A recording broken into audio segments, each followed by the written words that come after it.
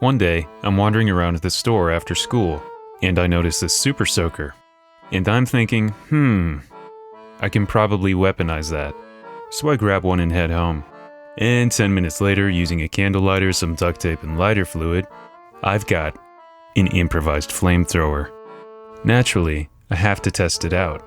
So I grab a willing participant and head out back. And then I learned something interesting. You know that smell hair makes when you burn it? Turns out, it's the same for Furbies. Guess we're not so different after all. But I lied about that willing participant part, so I had to lay down a smokescreen of Febreze and flee the scene. And I figure, hey, why not pay my friend Pierre a visit? Partially because I like him, but mostly to establish an alibi. So we're sitting there in his basement, and I'm still thinking about what else I can do with the super soaker when it hits me. Oh, skeet. Oh we need to make a skeet gun. And I'm not talking about acts of aggression towards kitchenware. I have no interest in hunting plates for sport, nor anything that encourages the wearing of specialized vests. I'm talking about real skeet, the skeet of the people, that 2004 Urban Dictionary skeet. If this happened today, maybe we would have called it a nut gun.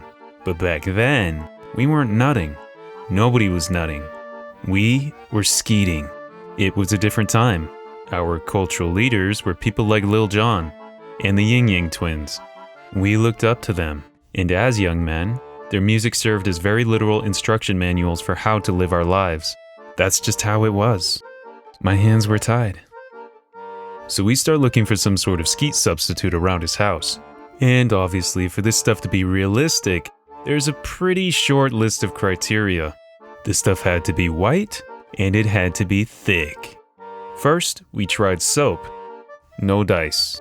Turns out to be way too thick.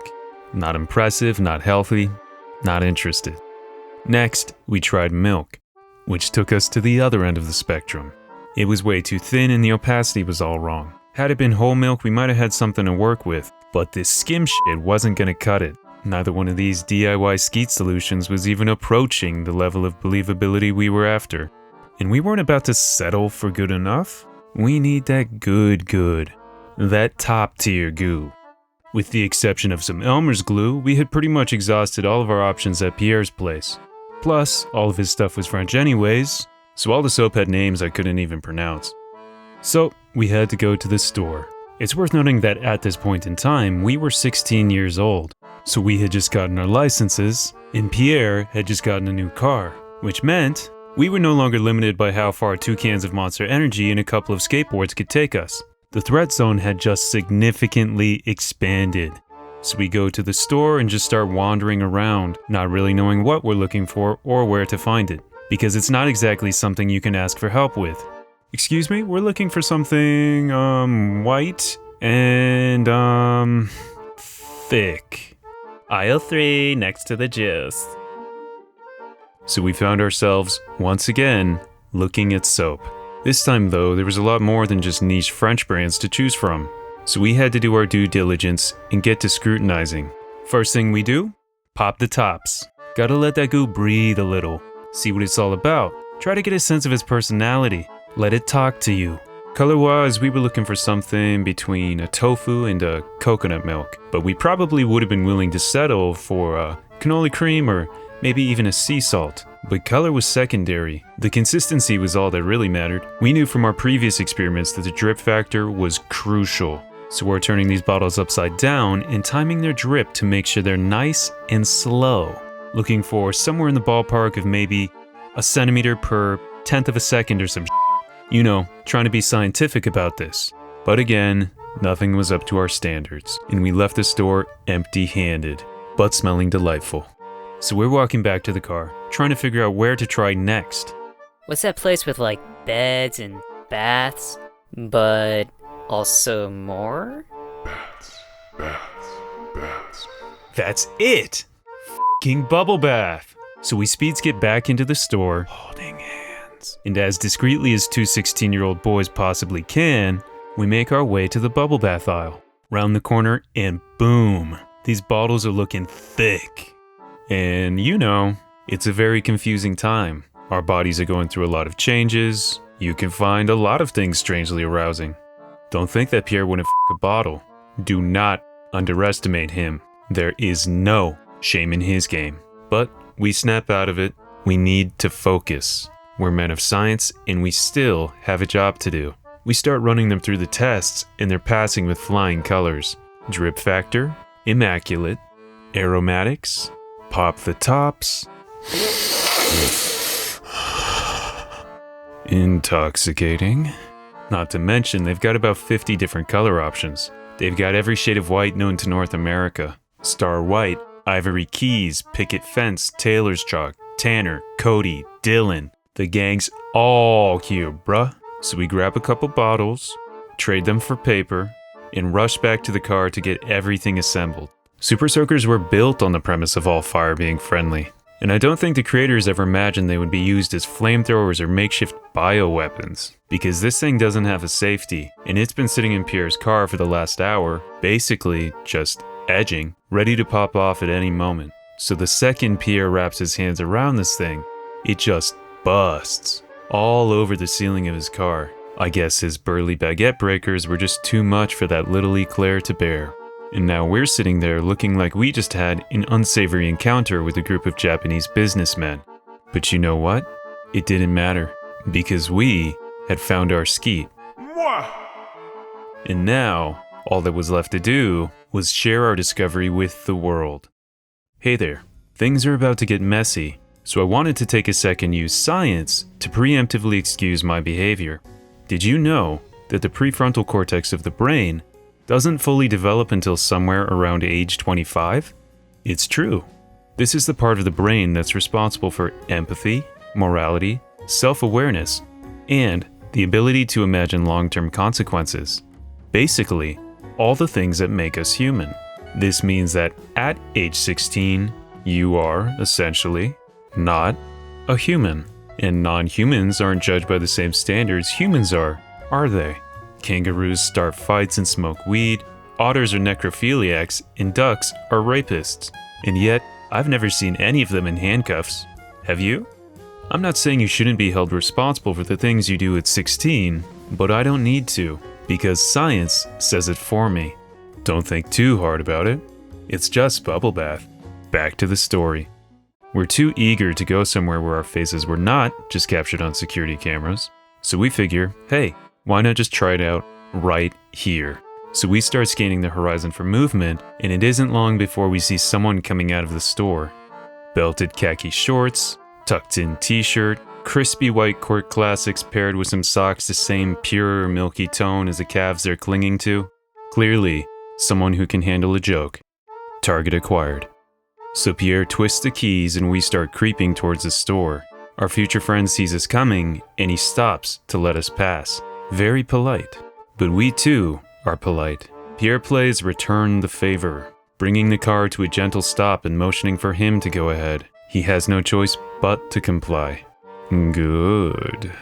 As he passes, Pierre notices that his scalp is looking a bit dry. That's bad news. If left unchecked, that could lead to dandruff or even skin cancer. Not on our watch. As soon as he was safely past the car, Pierre pumps the Super Soaker and delivers 4 ounces of vital nutrients to the back of his head, restoring his moisture balance and shielding him from further damage. After that, he floored it. No thanks necessary. It felt good helping people, so we quickly assumed the role of guardian angels to the dry, moisture-deprived people of the sidewalks. We became like a hatchback-based version of one of those lotion kiosks at the mall that really wants to moisturize you, except more aggressive. And freelance. And unsurprisingly, when you live in a city that was built as a f*** you to nature, just about everything lacks essential moisture. Grandparents, athletes, mathletes, triathletes, and especially peaches. We had our work cut out for us, so we started pulling nights and weekends to meet the demand. We were basically working part-time at Krispy Kreme, just on permanent glazing duty, and not actually making donuts. After a while, we've got our routine down to a sticky science. The weekend hits, we don our caps and aprons, and shoot over to the Skeet supply store to re-up on that ranch, secure the substance, then, with elixir in hand, we bow our heads to say a quick prayer to imbue the goo with our well wishes and good intentions. Seal it with a kiss. Then, we hit them streets. We'd optimized every part of the operation. The capacity on the Super Soaker had been upgraded to 2 liters, and our bubble bath knowledge was reaching sommelier level. We're keeping detailed notes on color, bouquet, viscosity. We've got scoring systems and rankings. We're making choices and pairings based on the humidity level, wind factor, phase of the moon. We had really elevated things. We had turned this hobby into an art form. But eventually, the novelty wore off. The city had been thoroughly moisturized, our project had run its course, and we lost interest. It was time to move on to something else. We didn't want word getting out that we were a couple of secret bukkake boys, so up until that point, we had kept our special community outreach program between just the 2 of us. But then, one day, out of the blue, an old friend reached out. It was Maddie. We used to run in a skate crew together a few years prior, but then he moved, and it turns out our friendship wasn't worth skateboarding the 3 miles it took to continue. So we had lost touch.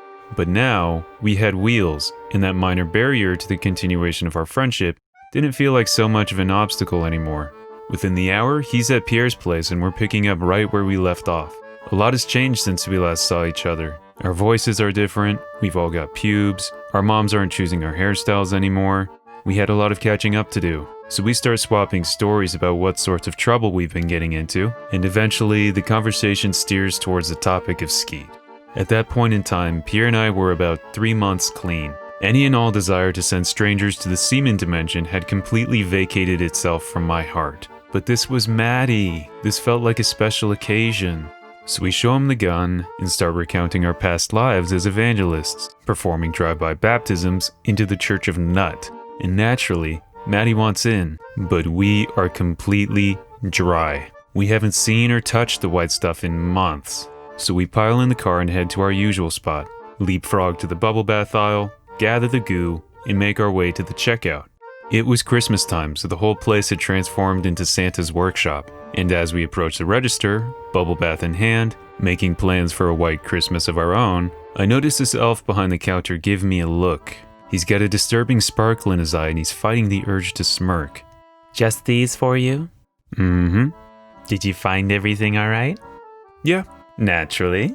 Excuse me? Nothing. Are you sure this is going to be enough for all 3 of you? Yeah. We should be good. Splendid. So is this one your favorite? Yeah, it's okay.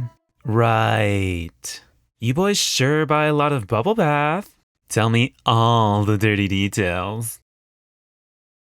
So, whether we'd been going to the same cashier without realizing it, or a word had gotten around, I don't know. But apparently, we had developed a bit of a reputation, and he was connecting dots that weren't even there. No matter what I do, that elf's words will forever be crystallized in my mind. The rest of that night is a blur. One thing I do remember though, is that later that night we saw one of our friends at a red light. They pulled up beside us, and when they rolled down their window to say hi, Maddie turned this man into a mime. Hands up, mouth agape, fully white face, incapable of speech. And when the light turned green, we rolled away and left him disoriented and gasping for air. He's probably the only person to ever experience an avalanche in the middle of a desert. Anyways, moral of the story, if you're a 16-year-old boy repeatedly buying bubble bath with your friend, someone is going to notice. So switch up the stores. Also, elves are perverts.